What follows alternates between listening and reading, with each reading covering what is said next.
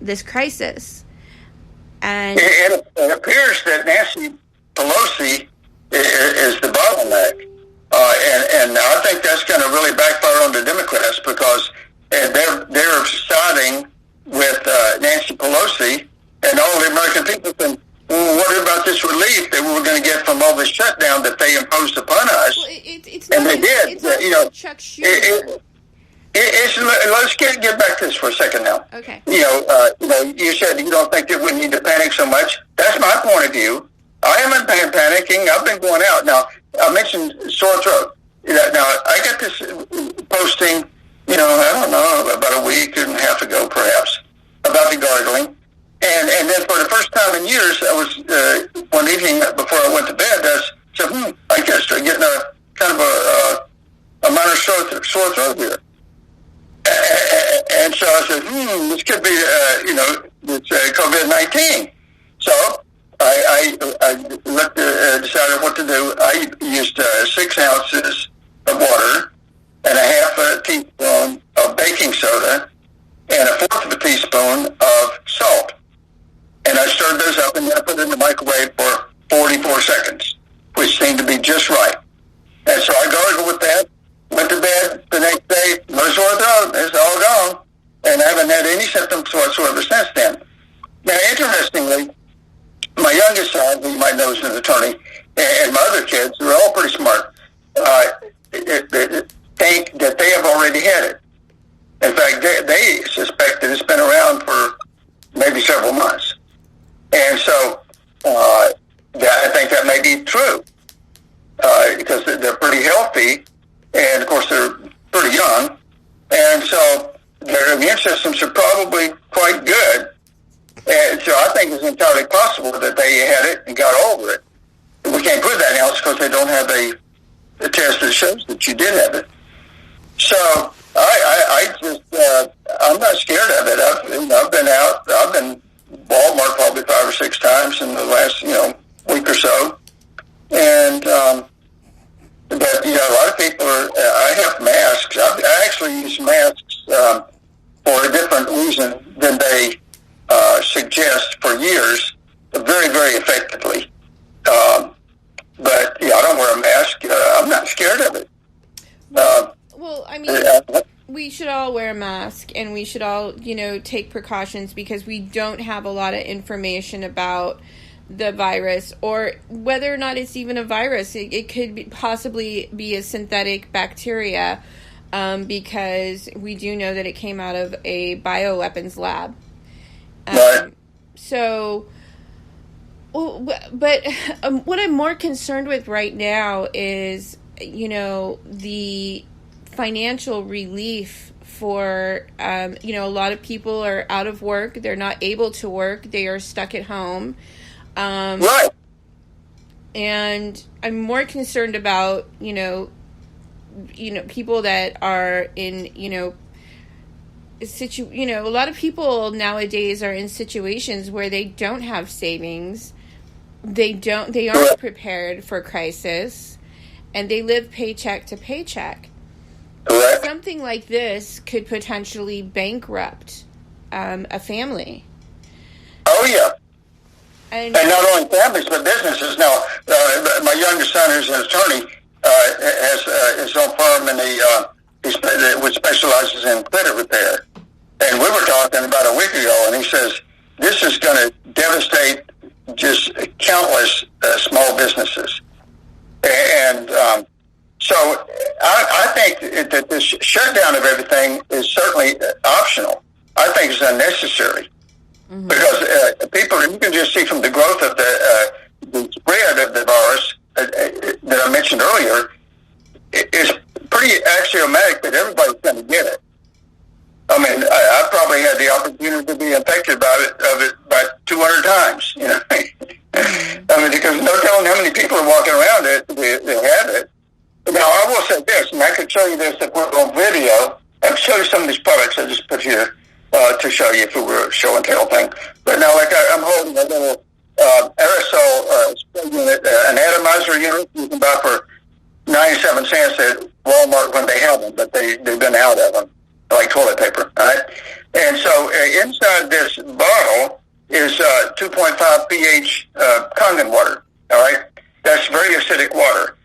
It kills germs better than Clorox, and it doesn't smell bad because it is water, and it doesn't leave any bad residue on the surfaces you spray it on because it's just water. And they've used it in hospitals in Japan since about 1965. They use it in over 250 hospitals in Japan. They even use this to cure gangrene, which is very difficult for American doctors to cure. But so really this, you can just spray this on your hands and just wash your hands with it, and there you go. It dries pretty quickly, and you de-germ your hands, and you spray it on surfaces. Yeah, and just simple things: washing your hands and face when you come and go from the home, spraying Lysol on your door handles, on your telephones, cleaning your telephones off with your your handhelds. Really, really, doing things we should already be doing anyhow, but just a little bit more diligently. So why do you think she is blocking this bill from going through, which should be non-political issue? It's that's a speculation, of course, and I don't know. But I did have put a little survey online. I don't know if you saw that. Yes, it said that, like it said that Nancy Pelosi has been obstructionistic in regard to the economic relief package for the American people to help them recover from this economic fiasco that's been inflicted upon the country. We're shutting everything down, closing up restaurants, putting people out of business and out of work. And so, and then they said, so why do you think that Nancy Pelosi has done this? And it was a multiple choice thing. I think that one was she has a screw loose. Two was three, I think, was she is evil. And I don't know what two was, something like that.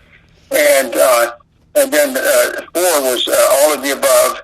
And then five was that you think she has a legitimate reason. And then it said, after that, below the survey said, if you answered number five, what do you think the legitimate reason would be? But almost everybody chose four, which is all of the above. So I think she is just being obstructionistic. I don't think she wants Donald Trump to have a successful presidency.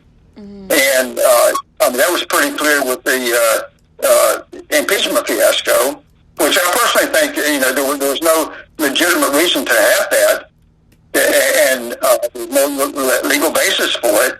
I think she should be ordered to repay that money.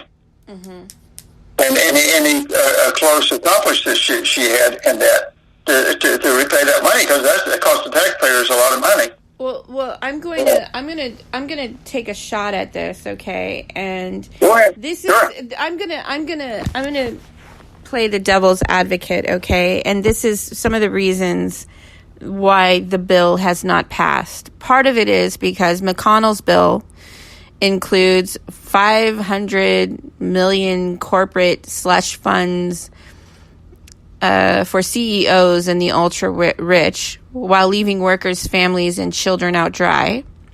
McConnell's bill has a weak stock buyback language that can be waived by the Treasury Secretary. Executive compensation limits only last for 2 years. Language on worker retention is weak and includes easy outs for companies that are no assurances in the language that the workers will benefit. The bill provides little transparency of lending done by the Treasury, provides no amount or to whom, and there are no specific provisions to protect from individuals from evictions, foreclosures, or forbearances.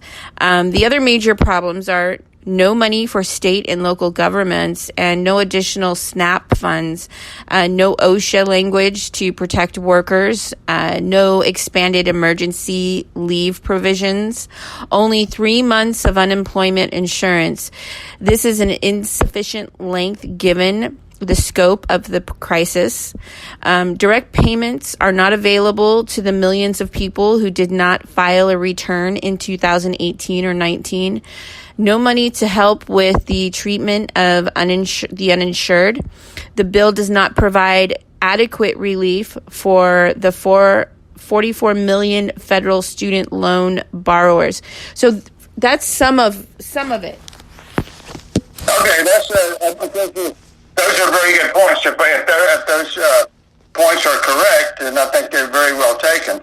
Now, I've seen reported, and I haven't glued myself to the news or anything like that, is that she was wanting money to be allotted for solar and wind energy. I'm a big advocate of solar and wind energy, especially wind energy. Have been since about the year 2000.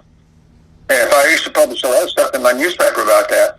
Energy independence is a big deal. And now, personally, the president probably wouldn't like for me to say this, but I personally think that the primary reason why our economy has done so well, and I would say I think that the president has done everything he can to help us have a good economy, okay? But I think the primary reason is the Balkans. Do you know what that is? No. These are the oil fields in North Dakota. The oil fields in North Dakota have enabled us to achieve energy independence and oil independence. Now, I used to publish a lot of stuff in my paper about this back about 2008, 2009, and we were buying about $40 billion of foreign oil every month. That is a lot of money going out of our economy, okay? Well, no, that's not going out anymore. It's staying in our economy. In fact, I think we've been having a surplus of oil we can sell, abroad and help our balance of payments. So I think that's the primary reason why we've had such a great economy. But I don't fault President Trump, because I think he's done a lot of good things for the economy. Now, but I love the fact that you have brought these things out, these objections. I think those should be brought out, because I like everything that you mentioned. I really, really do. And if those things have been omitted from from the bill that's being presented to the Congress, then I think more people should be aware of those objections. I really do, because I heard them for the first time from you just now, and so I think they're very, very legitimate. I really do. Mm-hmm. And I think that they should appropriate a lot of money to help people with this, because this is a problem that they have caused. They have not caused the virus, but the reaction to it is what is devastating the economy. Mm-hmm. It's what's going to put these people out of maybe evict them from their homes, the small businesses out of business. I mean, this is terrible, and they are the ones that have done it. Mm-hmm. In my opinion, it's not a kind word, but out of stupidity. It's a horrible show. And this, quite frankly, the stupidity is killing us. Literally. It's killing us. And the way they've handled it, it's very, what is Congress doing? The virus is killing some people, yeah. But I think it would kill fewer people if it were really mitigated. But what they're doing so far has not diminished the problem at all. It's just stretched it out. Okay, instead of getting sick 3 weeks, and from now you get 6 weeks or 8 weeks or 10 weeks from now. Okay, and so because the opportunity to get sick is going to be tremendous. Unless you had a cave to go in and weren't already affected, you'd be all up in that cave for the next year. You'd probably be all right. Probably never get it. Maybe. But in the meantime, everybody else is going to maybe some of that money